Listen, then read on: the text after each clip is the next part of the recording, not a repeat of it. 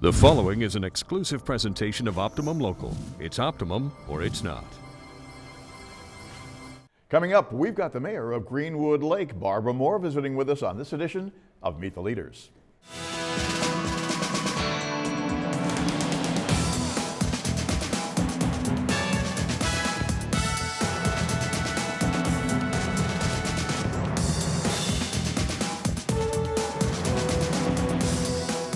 Hi there, and welcome to Meet the Leaders. I'm David Smith. Great to have you along with us today, and we are pleased to welcome the mayor of Greenwood Lake, Barbara Moore, to the program for this edition. It's good to see you, Madam Mayor. How are you? I'm very happy to be with you, David. Well, Thank you.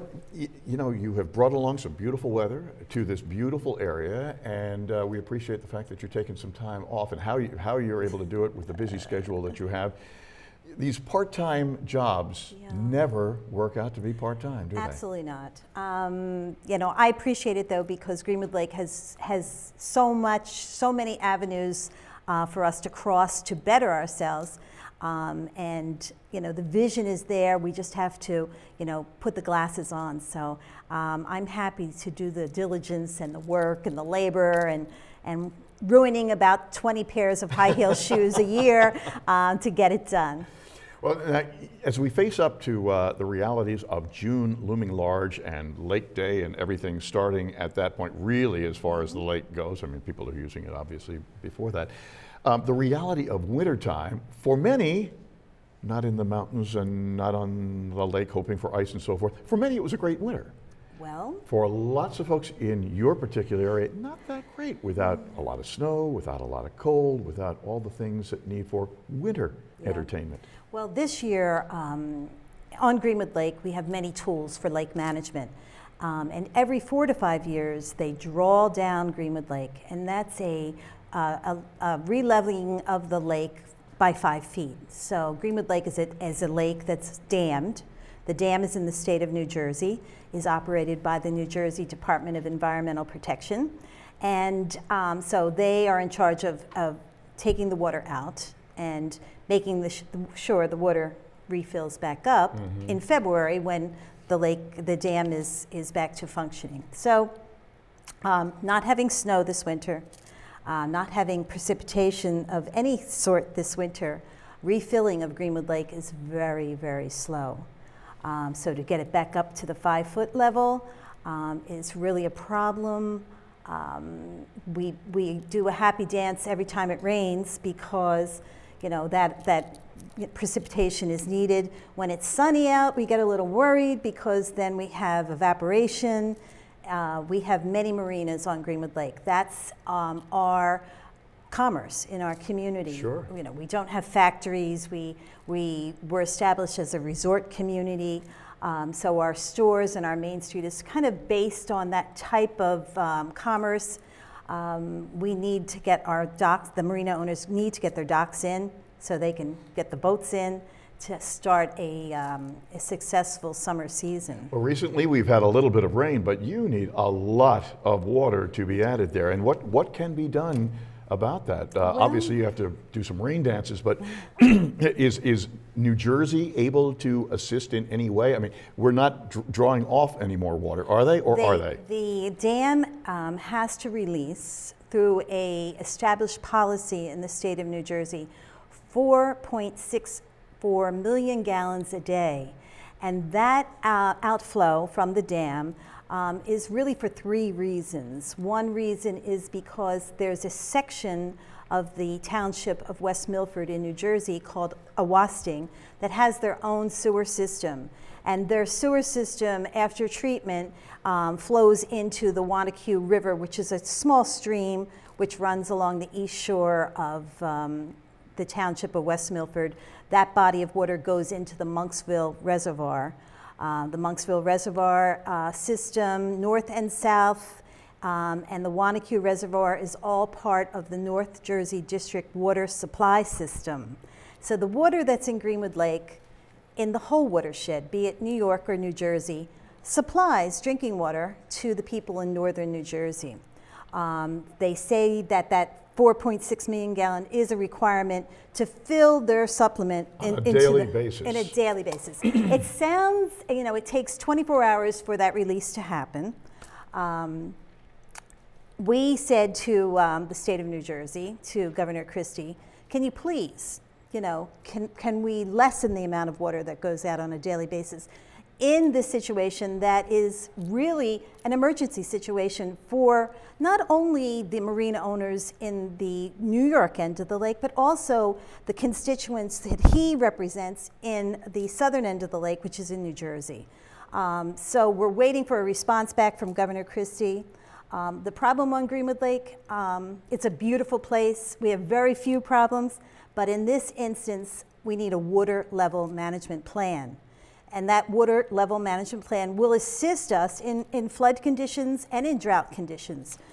So we're not, we're happy to maintain a congenial cooperation between the states, but we do want to have some type of policy that's not written to the advantage of one state and to the disadvantage to the other. I'm surprised that there hasn't been that in the past, being that crossover. Let's face it, it does not stop at the state line. That's right, it certainly doesn't work that way. There is that imaginary line that we know, and we do cross it.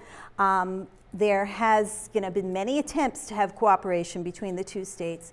A Greenwood Lake Commission was formed in 2001 that was to benefit the total watershed, and that has not proved to be so successful. They're an advisory board. They really don't have a fiduciary responsibility to constituents, where a municipality like the village of Greenwood Lake, the town of Warwick, and the township of West Milford in New Jersey really has to answer to the public on the conditions of the lake. So we in Greenwood Lake have always been totally involved in the water and the watershed that surrounds our village. It makes up 40% of our land mass is water. So, we're very conscious of what needs to be done. You lose 4.6 million a day. What do springs and so forth bring back to that? That's why we like the rain. That's why we like a snow melt. Because the tributary system, Greenwood Lake is a spring-fed body of water. There's many, many springs that feed into the lake, as well as streams coming off the mountainsides. So for every 1 inch of rain, the calculation is about 4 to 6 inches of volume of water that comes into the lake.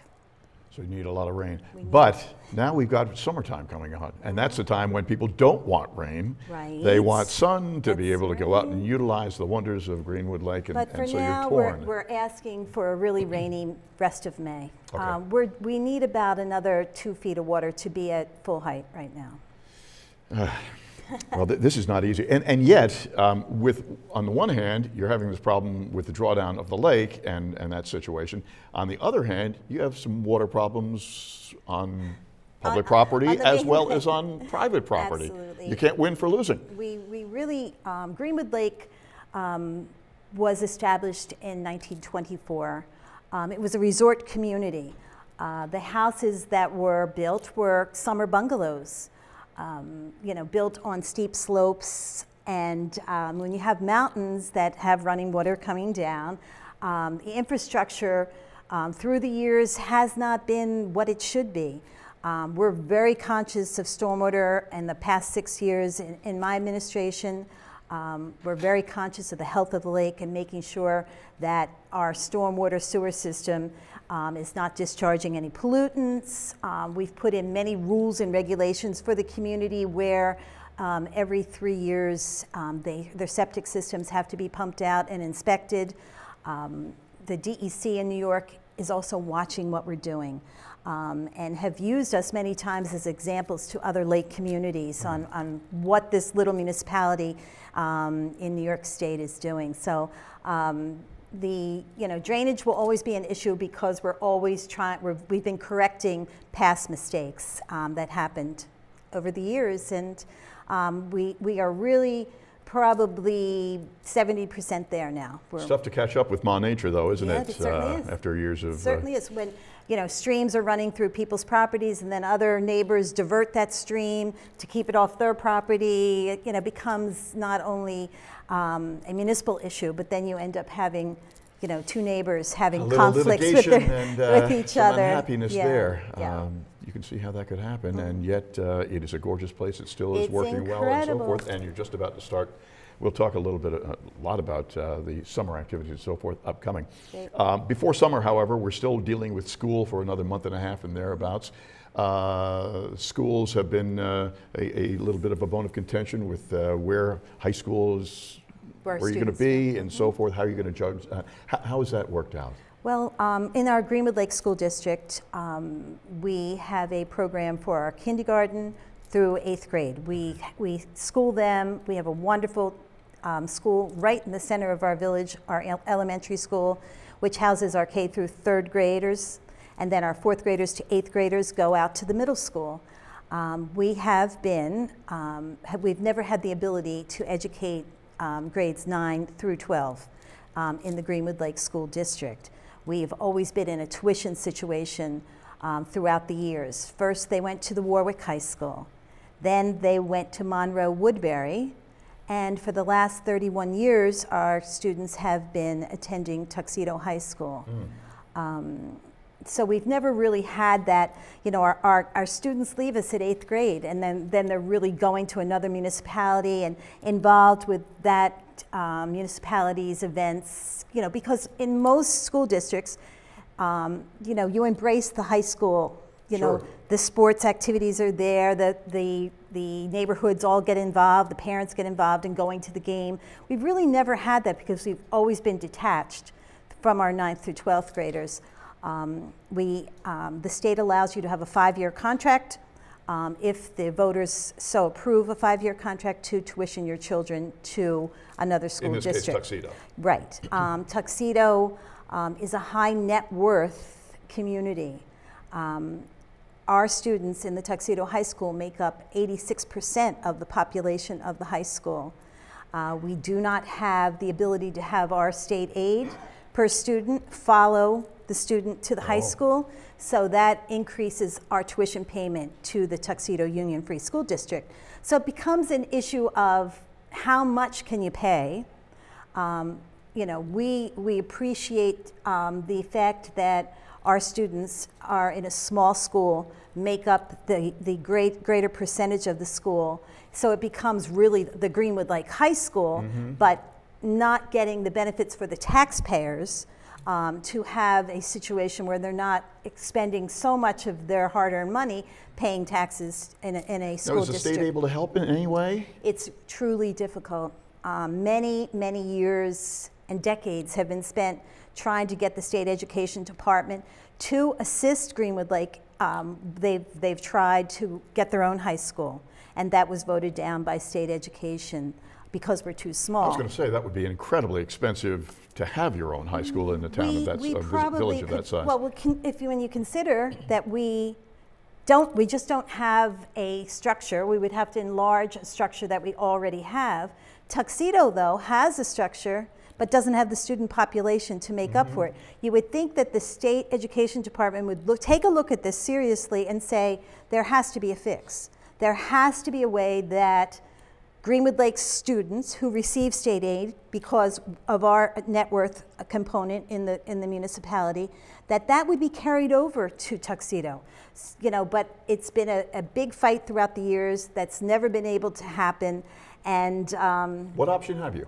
Well, options right now, our school board presented to the public 3 options, 3 different school districts that would be considered to send our students.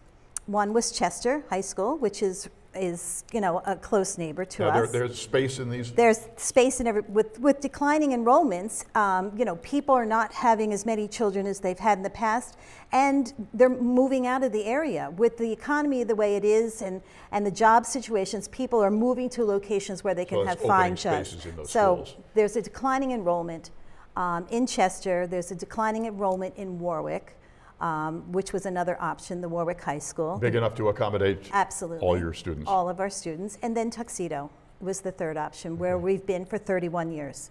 And it was highly controversial. It is still highly controversial in the village. You have people that want to stay in Tuxedo, because tradition. Tradition, absolutely, and I feel the same way. You know, if I was there and I had gone through 4 years of Tuxedo High School, I would have that pride, and I would want my young brother or my young sister or my niece or my nephew to probably continue that, and I appreciate that. I see the value in tradition, but is there a saving in going to one of the others? Absolutely. For example, Chester? Absolutely. There's both in Chester and in Warwick.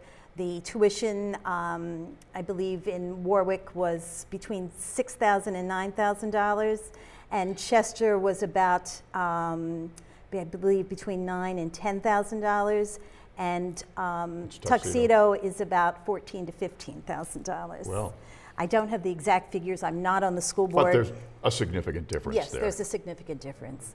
And it's very controversial. And how far are each? I mean, are they comparably distanced? They are comparably distanced between Warwick and Tuxedo. It's the same. Chester's a little bit further out. The school board did decide at their last meeting to put on the ballot that for a yes or no vote to send our students for the next tuition cycle of 5 years to the Tuxedo High School. So that's the school board's decision.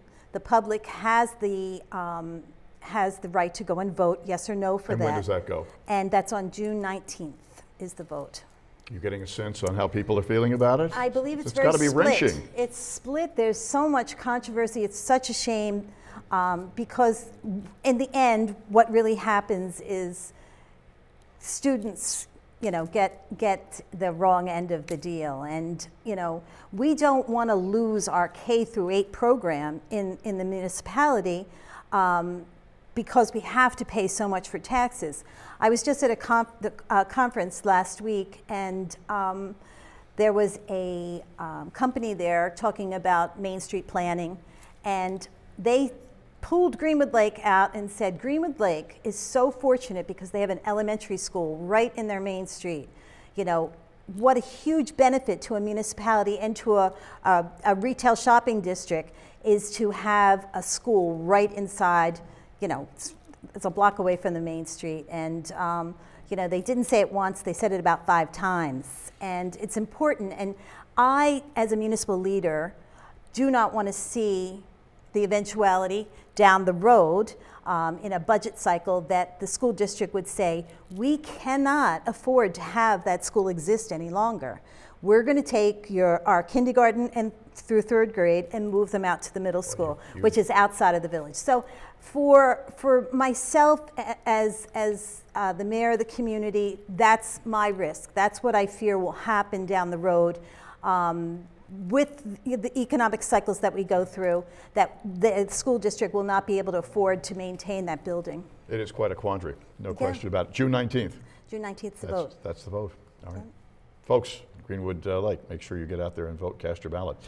We'll talk, speaking of economics, we'll talk a little bit about economic development and more. Great. We are pleased to have with us the mayor of Greenwood Lake, Martin Moore, as our guest on this edition of Meet the Leaders, right here on Optimum Local. I'm David Smith. We've got more coming up for you in just a moment.